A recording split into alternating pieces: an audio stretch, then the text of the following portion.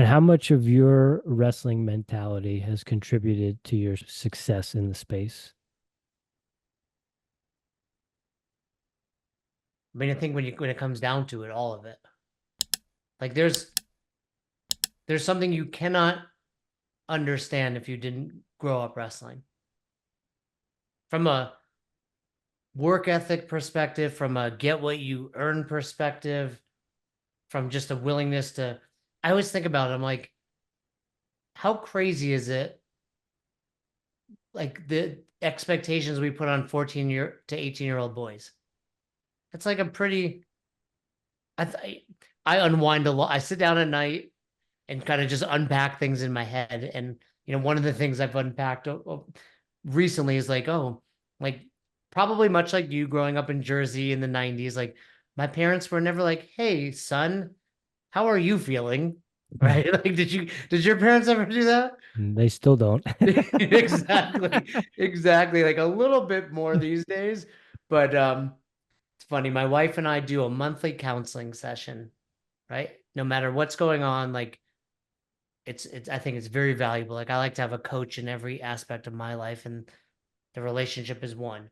And the very first call we had, my the counselor, her name's Jane's, going on with my wife Roz about talking about emotions, and she's like, Jason, and you, when you were a kid, and I was like, okay, we didn't do that, and she was like, no, but when you did, I was like, no, zero, never. I was like, breakups. But I think about wrestling, I was like, after a loss, like no one was like, not even my coach, right? There's never like, how you feeling? You good? Like it was always just like, all right, suck it up, keep moving on, right? And you can't. That's like invaluable because even in my 40s, it's like when life comes at you, you're like, all right, we got to still go, and it's it's interesting for me now as a father to want to like I have talks with my daughter at 3 about like the things I did. Like they say, like with your, do you guys have kids? No. Good move. But they say like, hey, you can either perpetuate this or change this.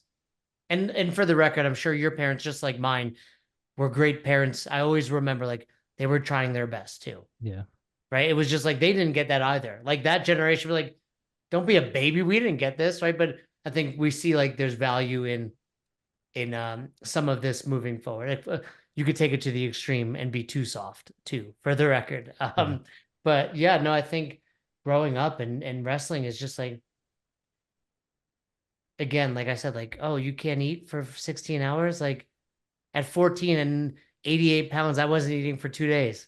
Like, and I was expected to take a social studies test and then go fight someone in front of my friends in In spandex, by the spandex. way. Yeah. Right. Like, I'm always like, that's crazy. Like, that is literally crazy. Like, hey, teenage boy going through all of this hormonal stuff, your peers, go fight another one, right?